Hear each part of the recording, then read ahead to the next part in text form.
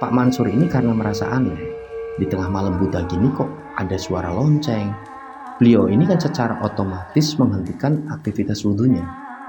Ternyata ada sebuah kereta kencana yang ukurannya ini besar. Dan ternyata ada sebuah truk ini yang menabrak pohon. Dan parahnya di sana itu ada satu korban yang terlindas. Dan ada beberapa warga yang mengetahui bahwa yang menjadi korban ini namanya itu Bu Siti. Dan mereka ini semua tahu Bu Siti ini siapa. Bu Siti ini adalah istri dari salah seorang juragan kapuk yang namanya ini Pak Kaji Rozak. Nah, di suatu malam Mbak Yayu ini mengalami sebuah mimpi. Dan dalam mimpinya itu dia itu ditemui oleh Bu Siti. Dan waktu itu Bu Siti ini bilang ke Mbak Yayu, "Yuk, tulungi aku yuk. Aku tulungono yuk, aku minta tolong. Aku ini belum mati yuk. Aku ini jadi rewang di keratonnya Nyi Roro Kidul. Aku ini ditumbalkan yuk. Itu yang dimakamkan di belakang rumah itu bukan jasadku. Itu gedebok pisang." Hentikan air matamu wahai nak darah. Sayanglah air mata tertuang di tanah. Bismillahirrahmanirrahim. Assalamualaikum warahmatullahi wabarakatuh. Apa kabar rencang semua? Semoga semuanya dalam keadaan sehat dan selalu diberikan keberkahan rezeki. Kembali lagi berjumpa dengan saya Sukma Arga. Dan alhamdulillah di episode kali ini kembali saya akan membawakan sebuah cerita, di mana cerita ini datang dari salah satu rencang kita yang bercerita tentang desa asalnya, di mana desa ini adalah desa penghasil kapuk. Kapuk ini yang untuk bahan pembuatan seperti kasur, guling, bantal, dan semacamnya. Dan desa asal dari rencang kita ini dikenal dengan desa pesugihan. Nah, kenapa bisa seperti itu? Informasi dari rencang kita, memang di sana itu banyak. Ini para juragan-juragan kapuk ini yang melakukan praktik ritual pesugihan dan menumbalkan para karyawannya, bahkan anggota keluarga mereka sendiri. Nah, seperti apa kisah selengkapnya? Sebelum kami masuk lebih jauh ke cerita dari rencang kita ini, sebelumnya kami ingin mengucapkan banyak terima kasih bagi rencang semua yang sudah sejauh ini mendukung channel kami. Sudah like, sudah komen, sudah subscribe. Dan bagi rencang semua yang baru bergabung dan baru nonton tayangan kali ini, jangan lupa untuk subscribe terlebih dahulu, tentunya agar channel ini semakin berkembang dan kami semakin bersemangat lagi dalam membagikan cerita-cerita terbaru. Baik, tanpa berlama-lama, matikan lampumu, nyalakan nyalimu.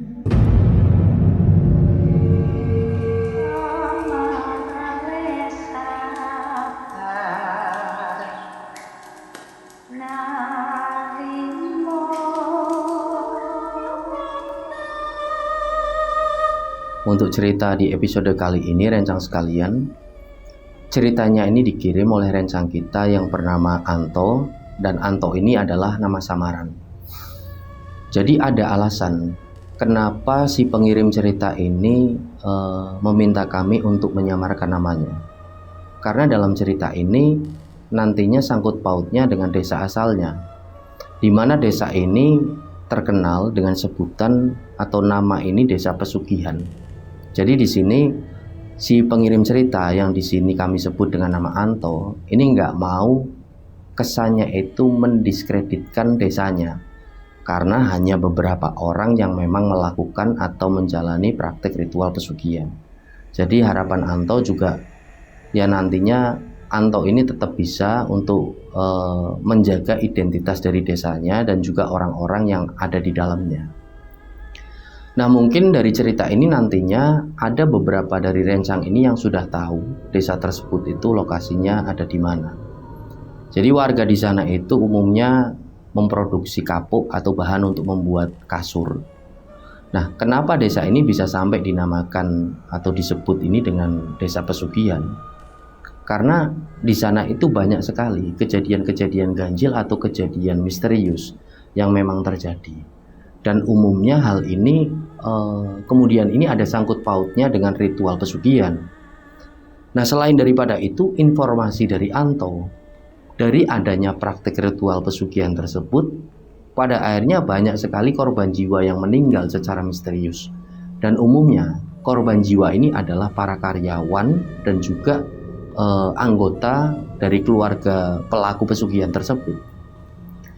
Jadi di desa ini kan memang terkenal dengan penghasil kapuknya, dan kita tahu bahwa kapuk ini berasal dari pohon randu. Nah, pohon randu ini menghasilkan buah yang seperti kapas, dan bahan inilah yang dinamakan kapuk. Dan umumnya seluruh buah dari pohon randu ini bisa dimanfaatkan, rencang sekalian. Yang pertama itu dari kulitnya. Kulitnya itu bisa dikeringkan dan bisa untuk campuran bahan bakar. Dan kapuknya atau kapasnya itu ya tentu untuk bahan tadi, seperti membuat kasur, guling, bantal, dan semacamnya. Sedangkan ada lagi bijinya. Bijinya ini berwarna hitam, itu biasanya dimanfaatkan oleh warga setempat situ untuk membuat minyak.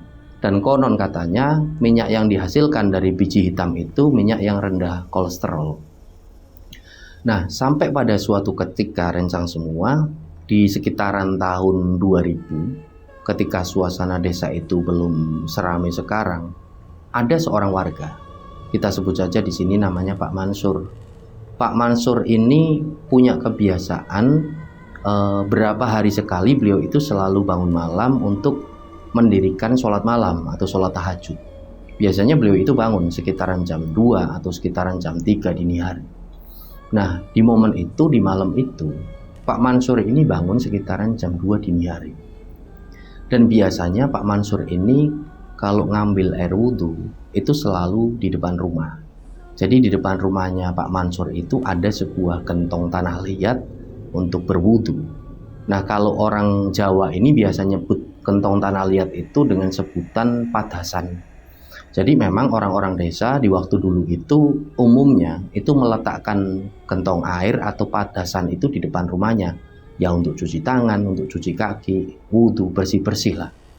Nah, di malam itu Pak Mansur ini bangun.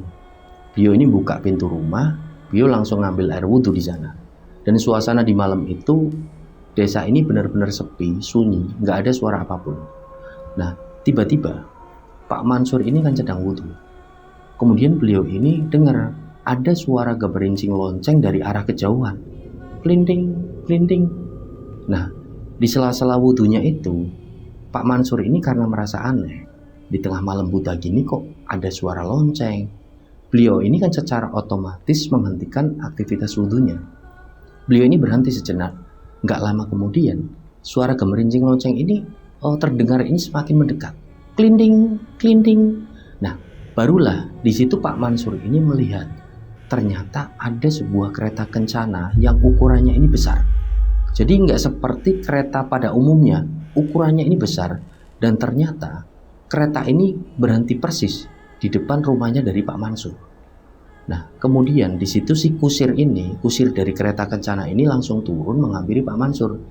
Jadi waktu itu memang Pak Mansur ini agak kaget dan beliau ini ngerasa aneh. Akhirnya beliau ini cuma diem. Karena seingat Pak Mansur, ini memang nggak pernah ada kereta kencana ini lewat di desanya itu. Nah, kemudian Pak Mansur ini memperhatikan sosok kusir yang penampilannya itu juga menurut Pak Mansur agak aneh. Kusir ini menggunakan pakaian seperti tradisional Jawa, seperti beskap itu, warnanya serba hitam. Dan beliau ini pakai beblangkon. Nah, kemudian Pak Mansur ini juga memperhatikan kereta kencana tersebut. Jadi di belakang kereta kencana tersebut itu ada seperti benda besar. Dan ketika dilihat secara seksama oleh Pak Mansur, benda itu adalah peti mati yang terbuat dari kayu dan kelihatan banget ada ukiran-ukiran yang berlapiskan emas. Nah, disitulah Pak Mansur ini kondisinya kan merasa semakin aneh. Ini kok ada kereta kencana bawa peti mati tengah malam buta gini. Jadi ketika kusir kereta ini mendekati Pak Mansur, si kusir ini, beliau ini tanya ke Pak Mansur, "Pak, mohon maaf sudah mengganggu waktunya. Saya ini mau cari rumahnya Pak Haji Burhan." Nah, Pak Mansur tentu tahu di mana rumah Pak Haji Burhan. Karena memang Pak Haji Burhan itu adalah salah seorang pengusaha kapuk yang kaya raya di desa itu. Dan kebetulan pula rumahnya juga nggak jauh dari rumahnya Pak Mansur. Nah, akhirnya di situ Pak Mansur ini pun menjawab, "Oh ya, ini jenengan nanti lurus saja ya. Terus kemudian belok sebelah kiri. Nanti jenengan di sebelah kiri itu melihat ada rumah besar. Ada pagar di situ tinggi, pagarnya pagar besi. Nah, itu rumahnya Pak Haji Burhan." Kemudian si kusir kereta kencana ini pun bilang di situ, "Oh iya Pak, nggih, terima kasih ya sudah dikasih tahu. Ini Pak, ada sedikit pemberian dari saya.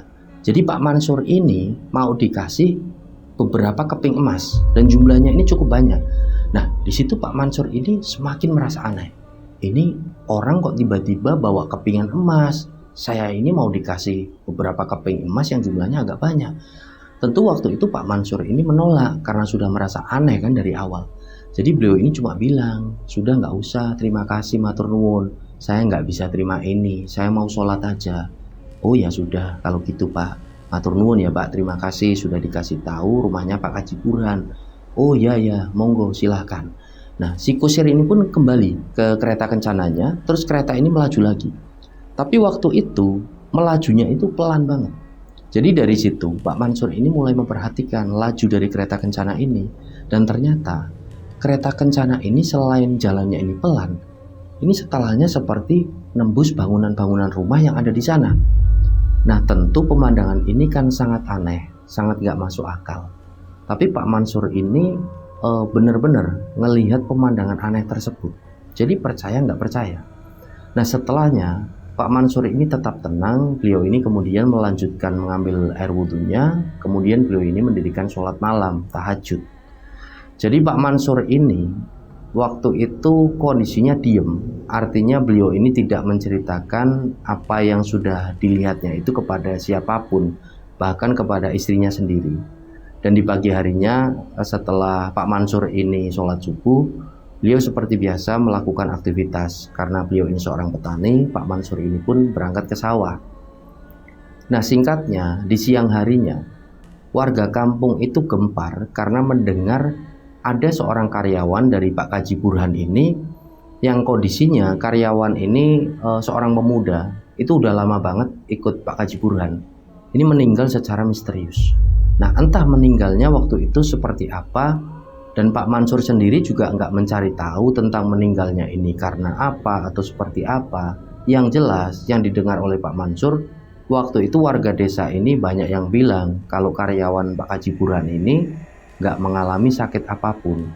Artinya ketika sedang bekerja, si pemuda ini tiba-tiba saja ambruk dan kemudian nafasnya ini berhenti, kemudian meninggal.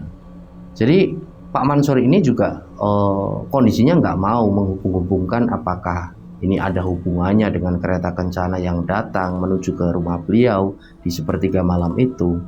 Jadi dari situ si Pak Mansur ini cuma diem. Dan barulah hal tersebut itu terungkap beberapa tahun kemudian. Pak Mansur ini baru cerita ke istri dan anaknya, sampai pada akhirnya cerita itu pun menyebar. Tapi itu baru menyebar itu beberapa tahun kemudian ya. Lalu pada suatu ketika, harinya itu hari Jumat, orang-orang ini berjalan untuk menuju ke masjid untuk melaksanakan sholat Jumat. Di situ ada pemandangan yang agak unik, karena waktu itu ada dua orang musafir. Jadi mereka berdua ini berjalan tanpa menggunakan alas kaki, dan para warga desa, orang-orang yang ada di sana itu sudah tahu kalau dua orang ini bukanlah warga dari desa mereka. Jadi akhirnya mereka ini pun ya diperlakukan sebagai selayaknya tamu, dua orang musafir ini.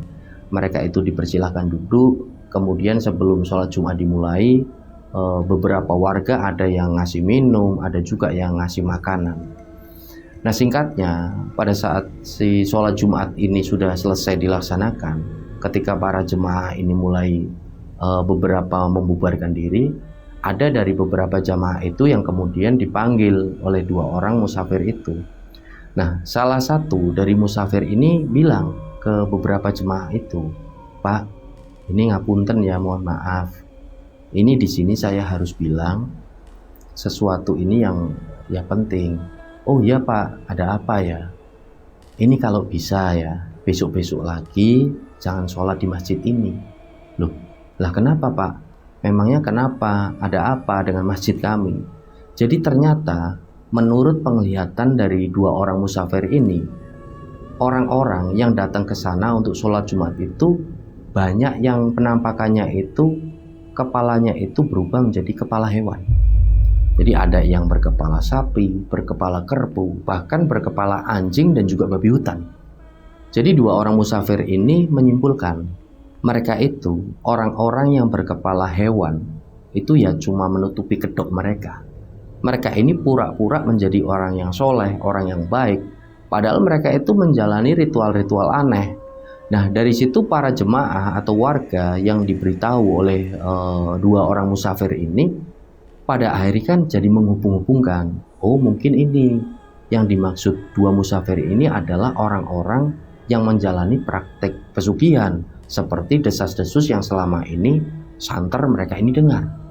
Nah, penampilan para pelaku pesugihan itu ya kondisinya itu seperti biasa, artinya mereka ini pakai baju takwa, pakai songgok hitam, ada yang pakai sarung, ada yang pakai celana.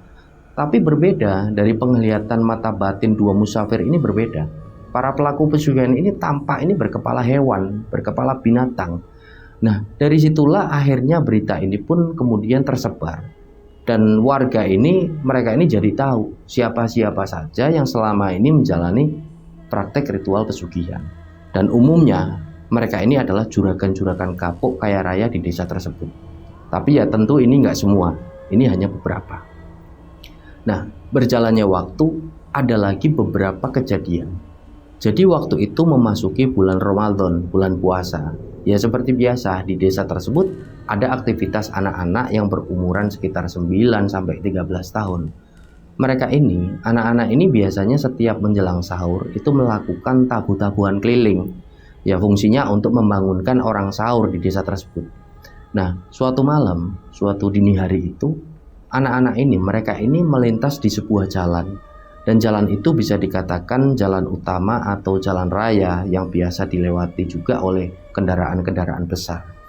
Dan di samping kanan kiri itu ada persawahan, dan juga di pinggir jalan utama itu banyak sekali tumbuh pohon randu ini yang besar-besar banget. Nah, pas waktu anak-anak penabuh sahur ini melintas di lokasi itu, mereka ini melihat dari kejauhan itu ada 5 orang anak kecil. Ini benar-benar anak kecil usianya sekitaran 4 tahunan. Mereka semua itu berlima.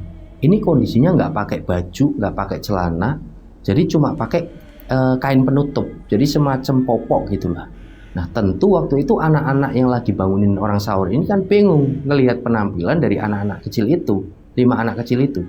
Jadi mereka ini bertanya-tanya, ini anak-anaknya siapa? Jam segini kok berkeliaran di jalan, dan mereka ini terlihat sedang jongkok melingkar di tengah jalan. Jadi karena merasa aneh, mereka kemudian kan mendekati anak-anak kecil ini. Jadi mereka ini terlihat kayak sedang jongkok melingkar, sembari mereka ini menjilat-jilat sesuatu. Dan begitu didekati oleh anak-anak penabuh sahur ini, ternyata 5 anak kecil ini lagi jilat jalanan atau menjilati aspal.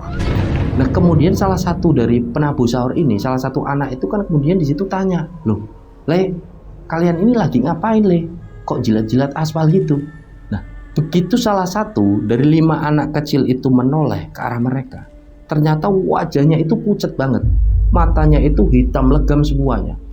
Nah karena penampilan yang aneh dari 5 anak kecil ini, tentu anak-anak penabuh sahur ini kan langsung ketakutan. Mereka ini langsunglah berlarian kocar-kacir semua, mereka pulang ke rumahnya masing-masing. Dan barulah di siang harinya mereka ini berani keluar dari rumah, dan mereka ini mulai menceritakan hal itu ke orang tua mereka. Dan orang tua mereka ini awalnya nggak percaya. Sampai pada sore harinya, kondisinya waktu itu waktunya menjelang maghrib, ada sebuah kabar.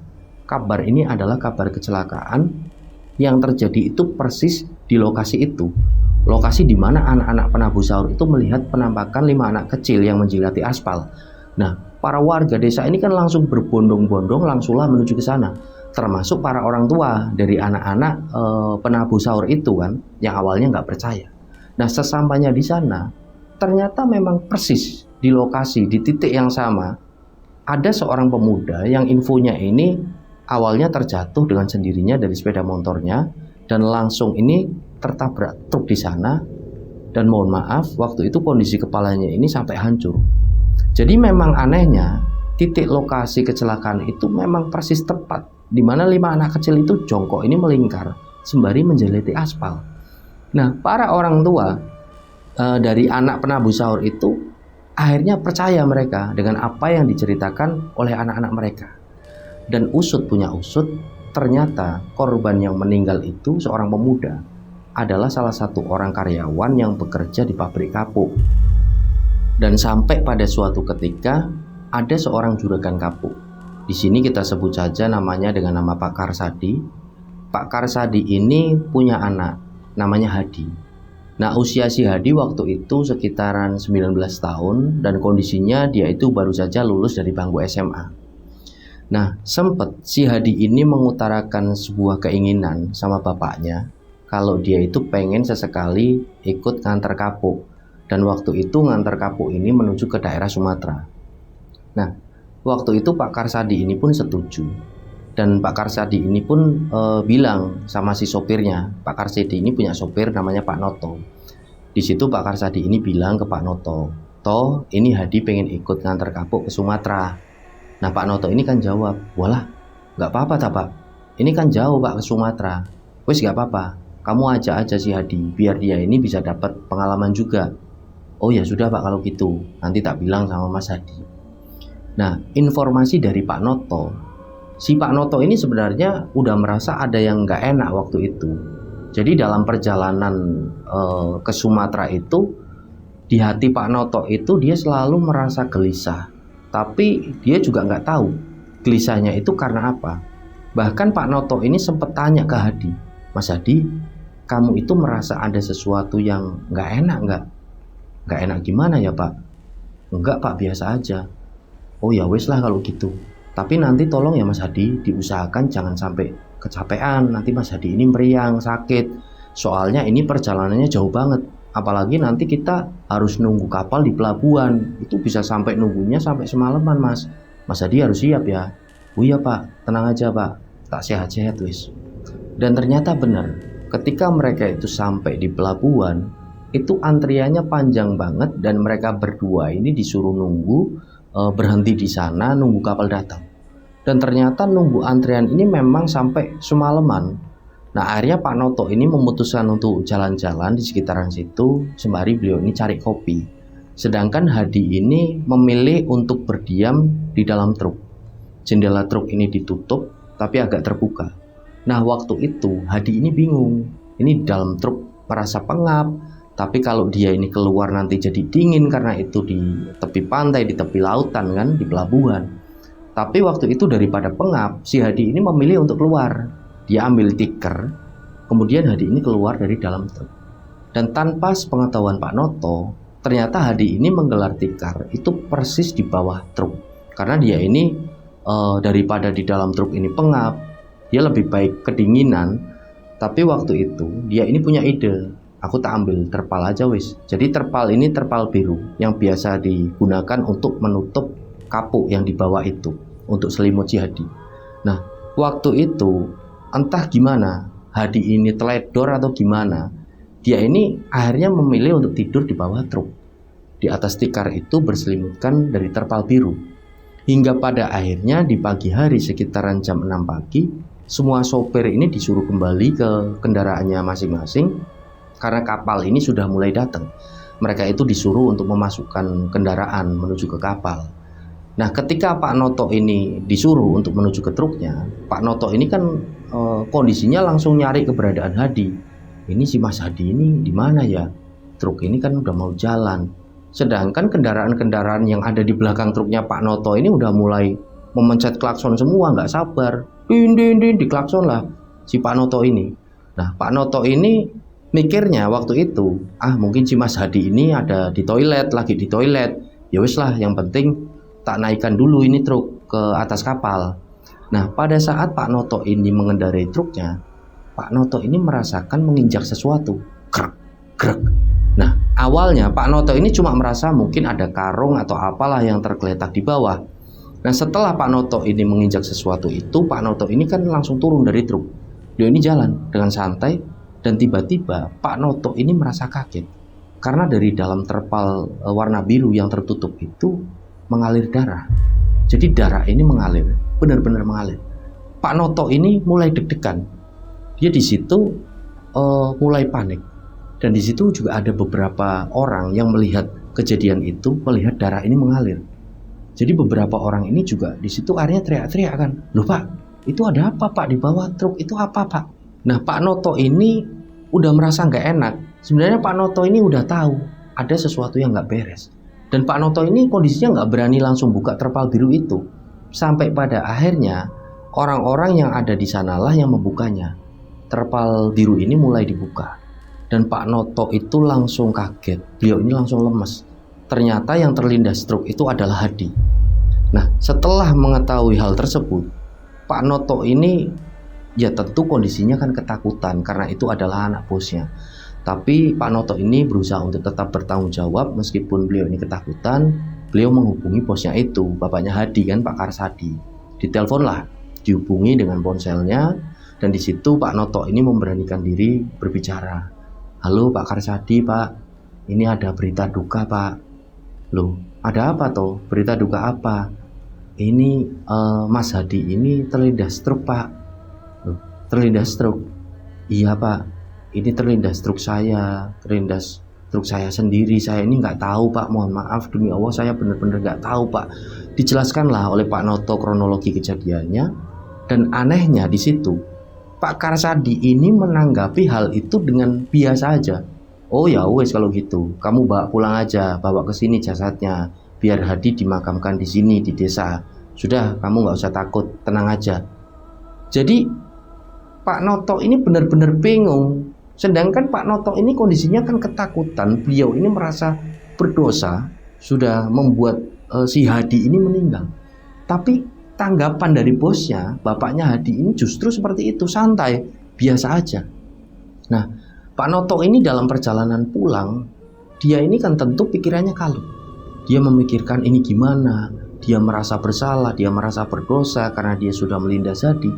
Tapi ternyata ketika sampai di rumah Pak Karsadi, bapaknya Hadi ini, beliau itu tampak biasa aja, tampak tenang lah, kayak nggak ada kejadian apapun. Dan ternyata beberapa hari setelah si Hadi ini dimakamkan, anehnya, usaha dari Pak Karsadi ini mengalami lonjakan yang sangat drastis. Banyak sekali orderan ini yang masuk dan tiba-tiba ya ketika itu juga Pak Karsadi ini menjadi usahanya itu bertambah besar dan Pak Karsadi ini menjadi semakin bertambah kaya raya. Nah, mengetahui hal tersebut, tentu para warga desa ini langsung berpikir negatif. Orang-orang ini kan akhirnya menuduh bahwa Pak Karsadi ini sudah menjalani praktik pesugihan dan parahnya di sini Pak Karsadi ini menumbalkan anak kandungnya sendiri. Jadi selama ini orang-orang ini kan sebenarnya sudah tahu bahwa banyak sekali juragan-juragan kapuk ini yang menjalani praktek pesugihan. Tapi selama ini ya mereka hanya mengorbankan ya bisa dikatakan para karyawannya. Tapi Pak Karsadi ini kok sampai mengorbankan anak kandungnya sendiri, anggota keluarganya sendiri. Nah setelah kejadian itu berlalu, ternyata kejadian itu nggak berhenti sampai di situ. Masih banyak kejadian-kejadian ganjil yang dialami oleh warga di desa sana dan umumnya selalu seperti itu. Umumnya selalu ada yang meninggal dan meninggalnya itu secara misterius. Nah, suatu ketika ada salah satu orang, kita sebut saja namanya dengan nama Pak Arif. Pak Arif ini adalah karyawan dari Pak Warto. Dan Pak Warto ini selain dia ini adalah salah satu juragan kapuk, dia ini juga seorang ketua RT di sana. Jadi suatu ketika Pak Arif ini diajak oleh Pak Warto, bosnya itu untuk berkunjung ke suatu tempat.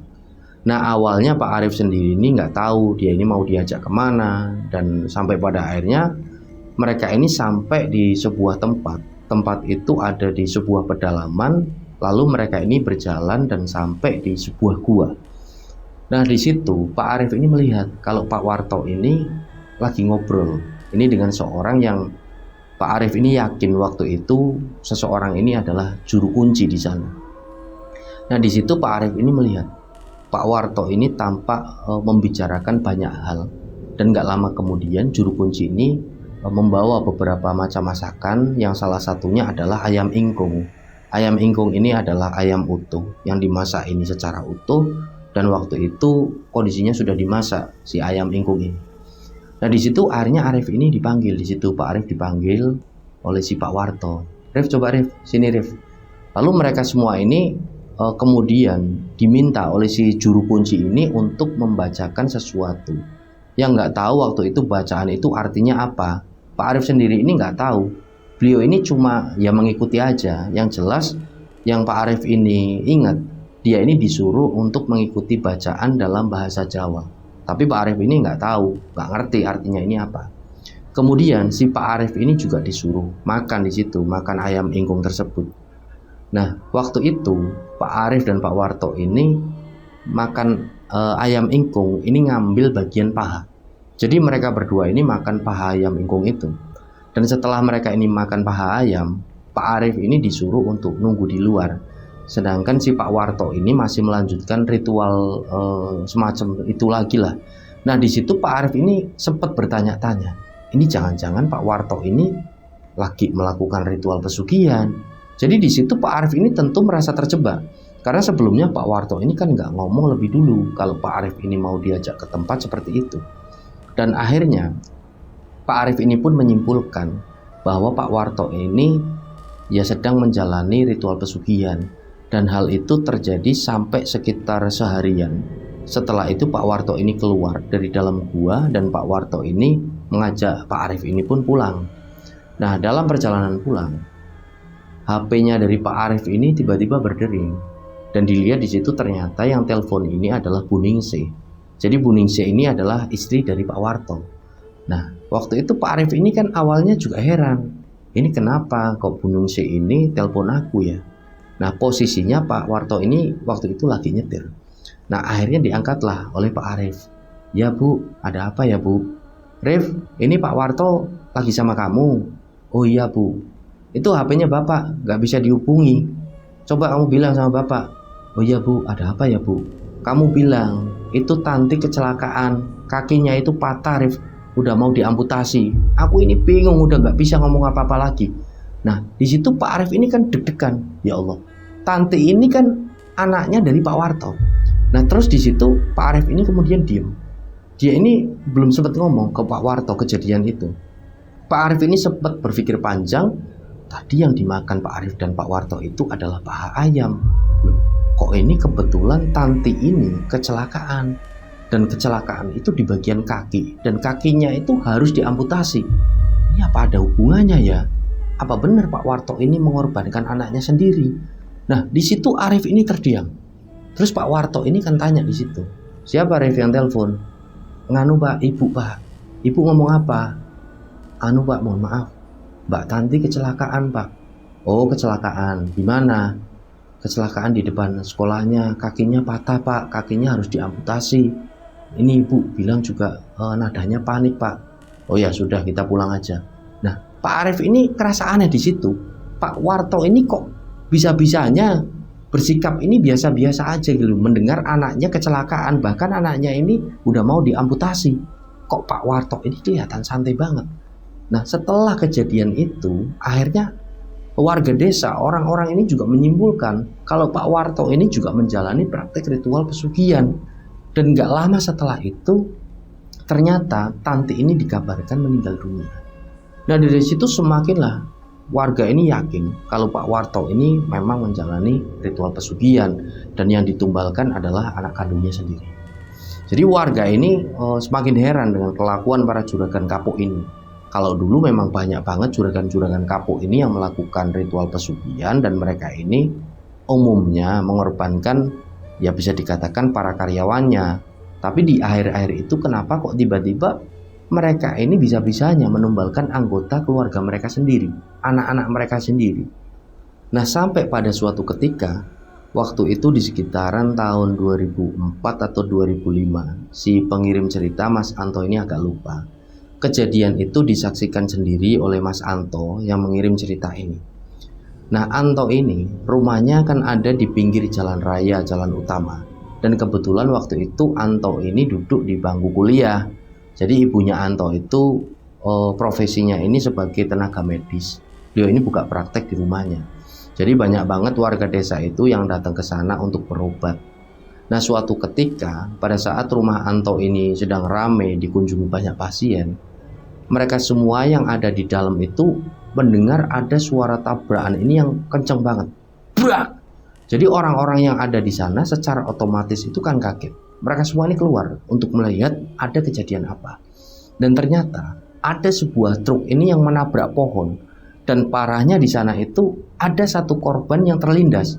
Nah, orang-orang semua ini kan mendekat, memastikan ini siapa korbannya. Ternyata korbannya ini adalah seorang ibu-ibu. Dan ada beberapa warga yang mengetahui bahwa yang menjadi korban ini namanya itu Bu Siti. Dan mereka ini semua tahu Bu Siti ini siapa. Bu Siti ini adalah istri dari salah seorang juragan kapuk yang namanya ini Pak Kaji Rozak. Pak Kaji Rozak ini adalah orang yang cukup terpandang di desa itu. Selain juragan kapuk, si Pak Kaji Rozak ini juga sering memberikan sedekah di desa itu. Nah, melihat kejadian itu, orang-orang ini kan jadi teriak-teriak semua karena mengetahui korbannya adalah Bu Siti. Mereka langsunglah buru-buru mengabarkan hal ini ke Pak Kaji Rozak. Nah, singkat cerita, jasad dari Bu Siti ini pun dimakamkan, tapi yang membuat warga ini bertanya-tanya, ini kenapa jenazah jasad Bu Siti ini tidak dimakamkan di pemakaman umum desa, tapi jenazah dari Bu Siti ini malah dimakamkan di halaman belakang rumah mereka sendiri, rumahnya Pak Kaji Rozak. Nah, tentu warga ini kan bertanya-tanya, dan waktu itu kondisinya beberapa perangkat desa ini juga sempat mendatangi rumah Pak Kaji Rozak. Mereka ini menanyakan hal tersebut. Kenapa kok Bu Siti ini nggak dimakamkan di pemakaman umum desa Pak Kaji Rozak? Nah, di situ Pak Kaji Rozak ini beralasan, ya sudahlah, ya wes lah. Ini kan jenazah istri saya. Biarkanlah istri saya ini dimakamkan di halaman belakang rumah, supaya nantinya saya dan anak-anak itu bisa mendoakan setiap hari, setiap saat.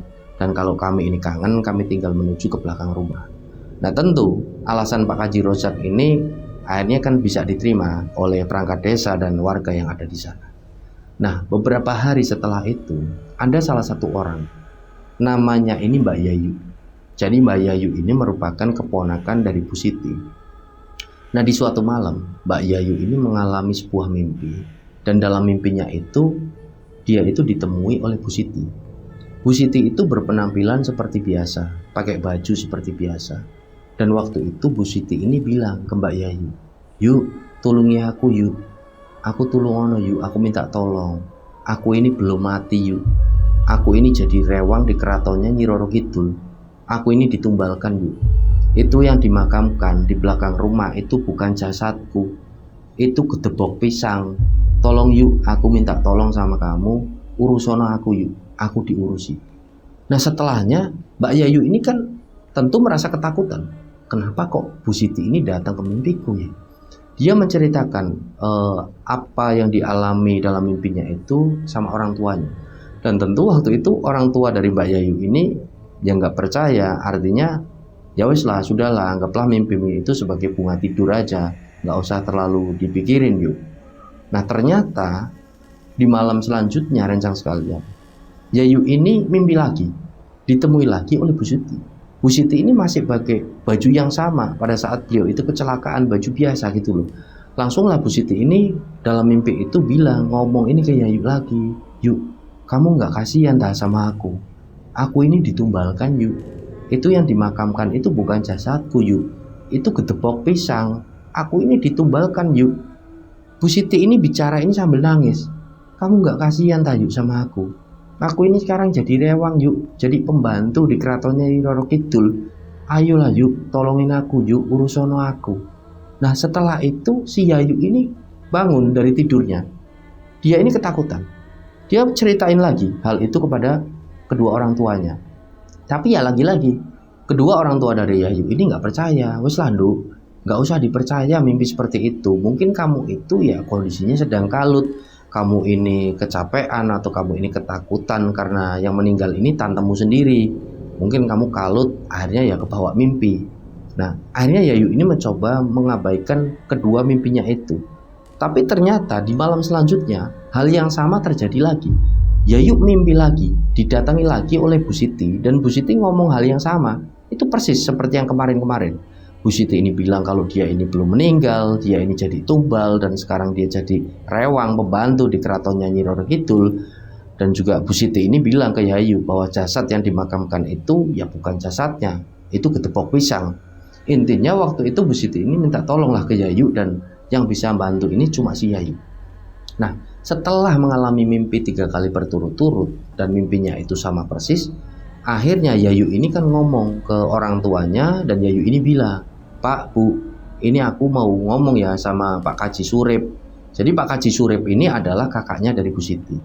Nah disitulah orang tua dari Yayu ini pun bilang, "Ya wes lah kalau gitu kamu cerita sana ke Pak Kaji Surip, ceritakan aja semuanya, coba tanggapannya gimana." Nah akhirnya si Yayu ini kan langsung mendatangi rumah dari Pak Kaji Surip. Pak Kaji Surip ini juga ya seorang pengusaha ataupun juragan kapuk di desa itu. Kemudian Yayu ini cerita gamblang dari awal sampai akhir tentang mimpinya itu, dan tentu Pak Kaji Surip ini langsung naik pitam. Marahlah si Pak Surip ini kan, beliau ini marah karena beliau menduga bahwa adiknya sendiri, si Bu Siti ini dijadikan tumbal oleh suaminya. Nah tapi di sisi lain, ketika Yayu ini sudah nyeritain hal ini ke Pak Kaji Surip, ternyata ya Pak Kaji Surip itu nggak melakukan tindakan apapun sampai berhari-hari kemudian.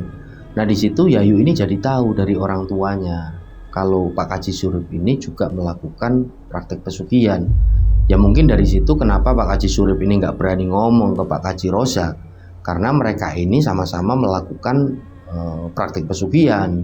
Dan kalau si Pak Surip ini, Pak Kaji Surip ini ngomong ke Pak Kaji Rozak, ya tentu perihal pesugihan yang mereka jalani ini kan bisa saja nantinya ini terbongkar, karena mereka ini berdua semua sama-sama melakukan ritual pesugihan. Jadi sampai berjalannya waktu, sampai bertahun-tahun lamanya, hal tersebut ya tidak pernah terungkap.